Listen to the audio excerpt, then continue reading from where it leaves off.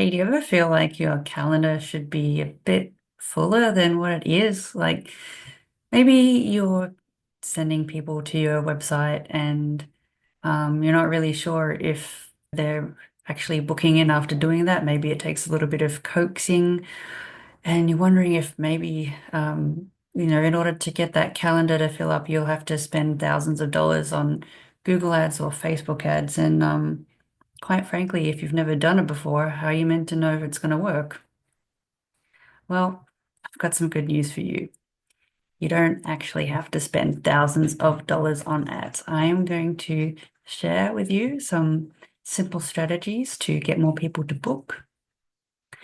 And if you'd like to actually get started on implementing these strategies yourself, I've got a free website optimization checklist that you can grab and take a look at and check in to see whether or not you've got these optimizations in place. And so let's get into it. So let's talk about some reasons why people may not be booking in with you. So what could be going on is that your website is just maybe, you've got your website built and it looks great, but there's a bit of a blockage between people landing on the site and making their way to your booking button or your booking calendar. So generally speaking, if it takes people more than three touches or clicks in order to get to that booking calendar, they're going to get frustrated and they're going to feel like, well, if my experience on the website is going to have this much, if my experience here is giving me this much friction, am I going to have this much friction when I'm actually in the clinic or in the shop? And so in order to get around that, you're really going to have to make your booking button stand out, make it really obvious that that's the next thing that the person or the patient has to do.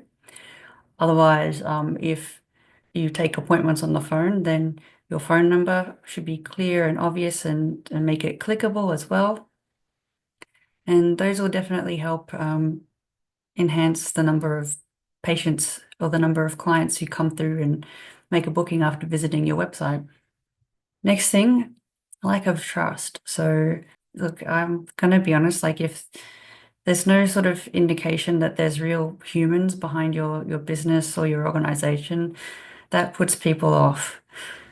People want to be serviced by people, and if they can't feel that connection with you and they, are feeling a bit unsure about who they're actually going to meet before they walk in, that may actually put them off from signing up, from making an appointment.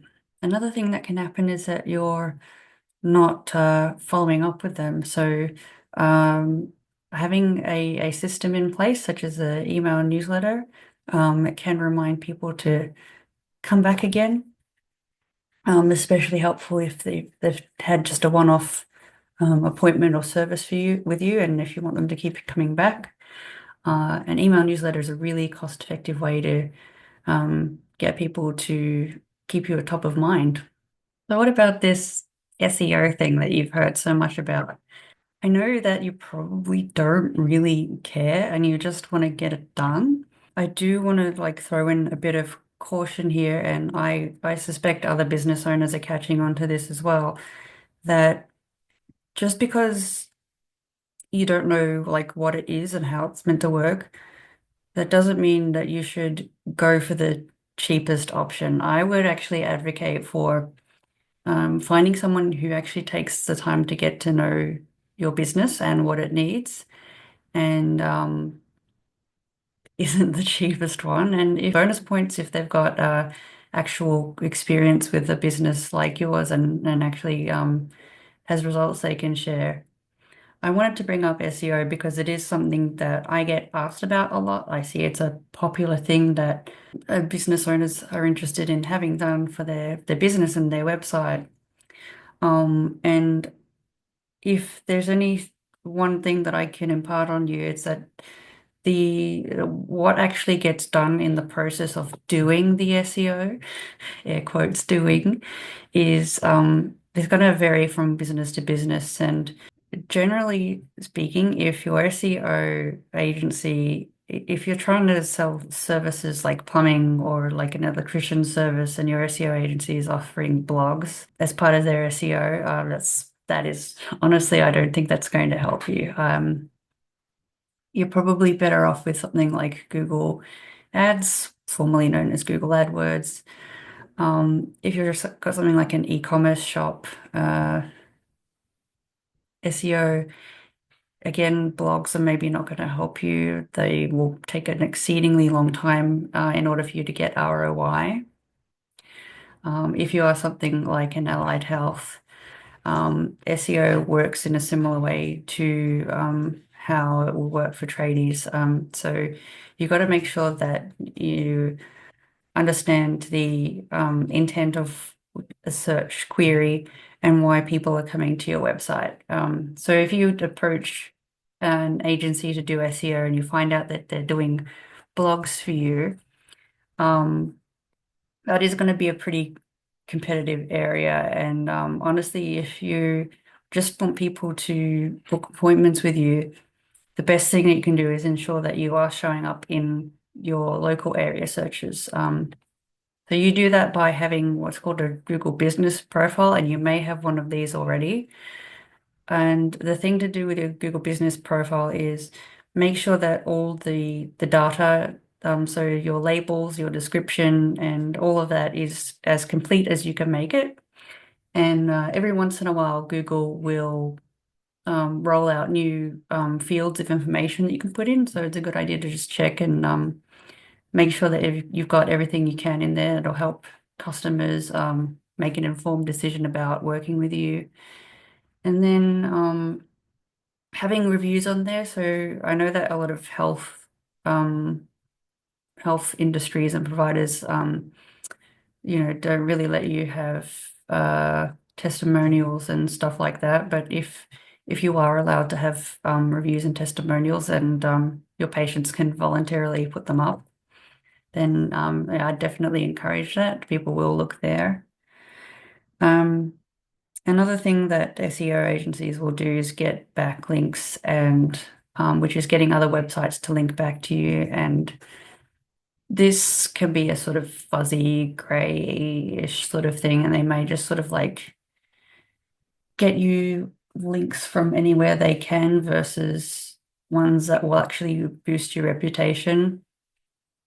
And when it comes to like getting other websites and publications to mention you, it's more, I feel it's more of a reputation thing than a volume thing. And um, everything that gets said about you online, whether it's in a link or not, it affects your reputation. So even if you get mentioned in a newspaper or somebody talks about you in a podcast or you talk on someone's radio show, that's going to influence how you come up in searches these days. So if you are getting other websites and publications to link to you, make sure that they are relevant and actually going to boost your reputation as well.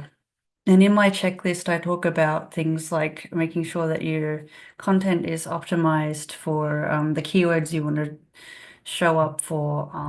So that stuff is really helpful when it comes to showing up on Google. And again, like you want to make sure that not only do you meet the criteria of what your customer is looking for, so being in a particular location, but you also want to make sure that, you're offering that exact service and it's available. And if you don't want to service a particular person, don't use that keyword. I could go on all day about this.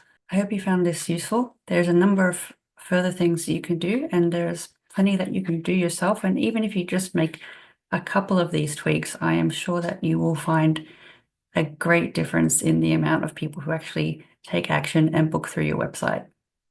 This has been Luke A, and I look forward to seeing you in my next episode.